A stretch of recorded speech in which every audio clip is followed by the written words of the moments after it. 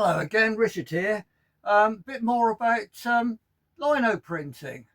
Um, if you enjoy lino printing or the idea of it as much as I do, you probably, like me, watch quite a lot of videos on YouTube. And the thing is, I don't want to put anyone down, but most of them I find really intimidating. They're people who've got their own studio, possibly down the garden somewhere. Well, I've got a shed, but it's hardly what I'd call a studio. It's multifunctional. Uh, but they've got a studio, they've got massive great worktops, they've got shelves to keep everything on, it's tidy, it's clean, and in the corner they've got a beautiful Victorian cast iron printing press from the days of Dickens, and it's beautiful, and it's got gold lettering on it, and it's got an eagle on the top in cast iron and a big handle on the side which you pull and the thing comes down and produces perfect prints every time.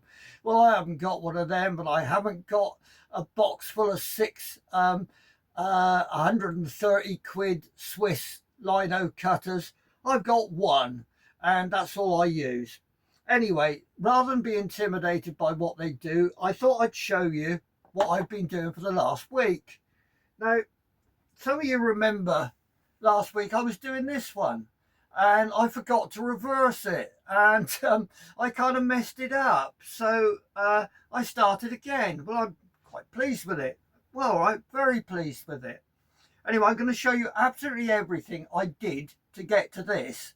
I'm not going to demonstrate the cutting because that's a bit boring. You can watch loads of people on YouTube spend 20 minutes cutting out little bits around clouds. It's very lovely and it's quite therapeutic, but you don't really want to hear that from me.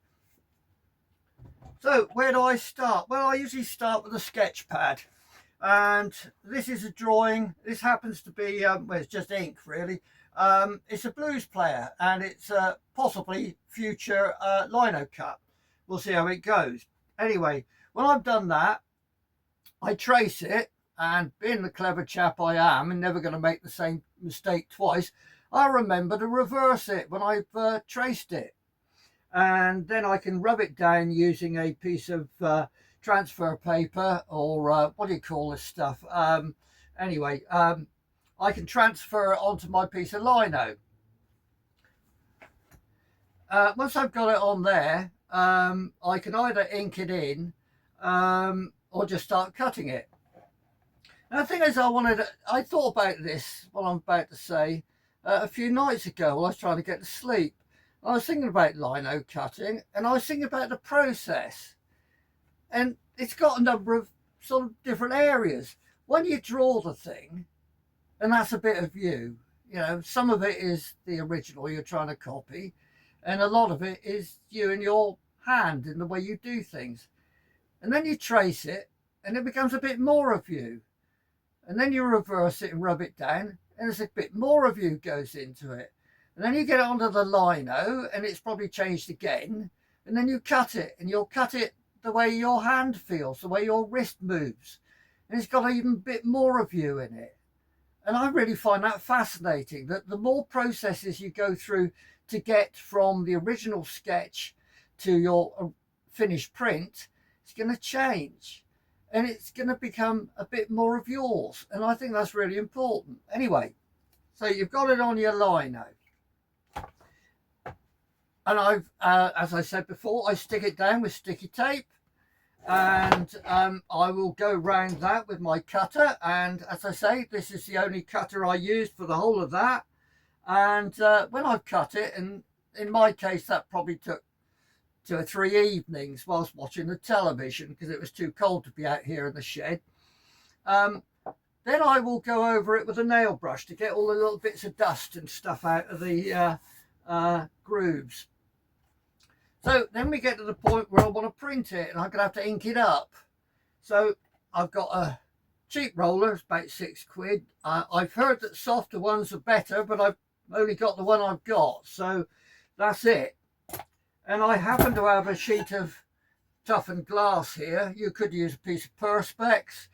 I suppose you could use a bit of aluminium or something like that. Anything that you can rub up on and rub down on rather and clean up afterwards. I'm using water-based ink, which is nice and easy to clear up afterwards. I poo-pooed it a bit to start with, but actually I've got used to it and I quite like it now. So I'll squirt a bit of that along the top of my sheet, and I will spread it out with my roller. And what they tell you on the videos is it should look a bit like suede. Well, mine looks a bit like suede that's been out in the rain, so mine is probably a bit too damp. I don't know. I'm pleased with the prints, and they say it makes a lovely noise as you rub it backwards and forwards. All mine does is squeak, so I can't really vouch for that part of it.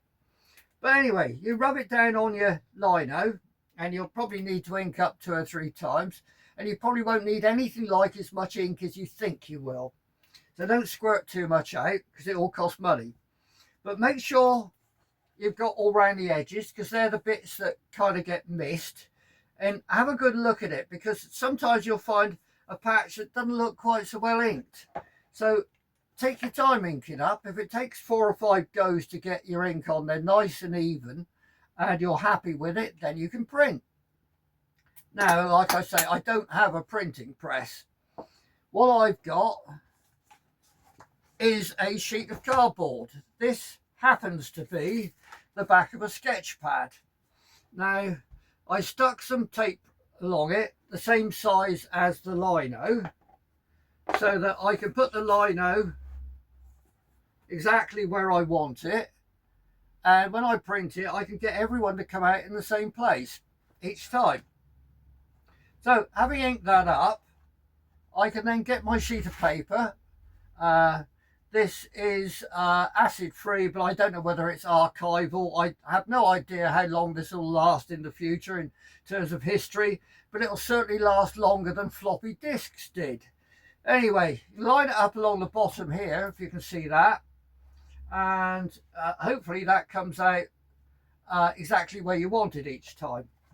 Then you've got to rub it down. I'd push it down with your hands first, and then I use this, which is a I think it was a scented candle holder, and it's quite heavy and it's glass, and all you do is rub it round, making sure you get right to the edges.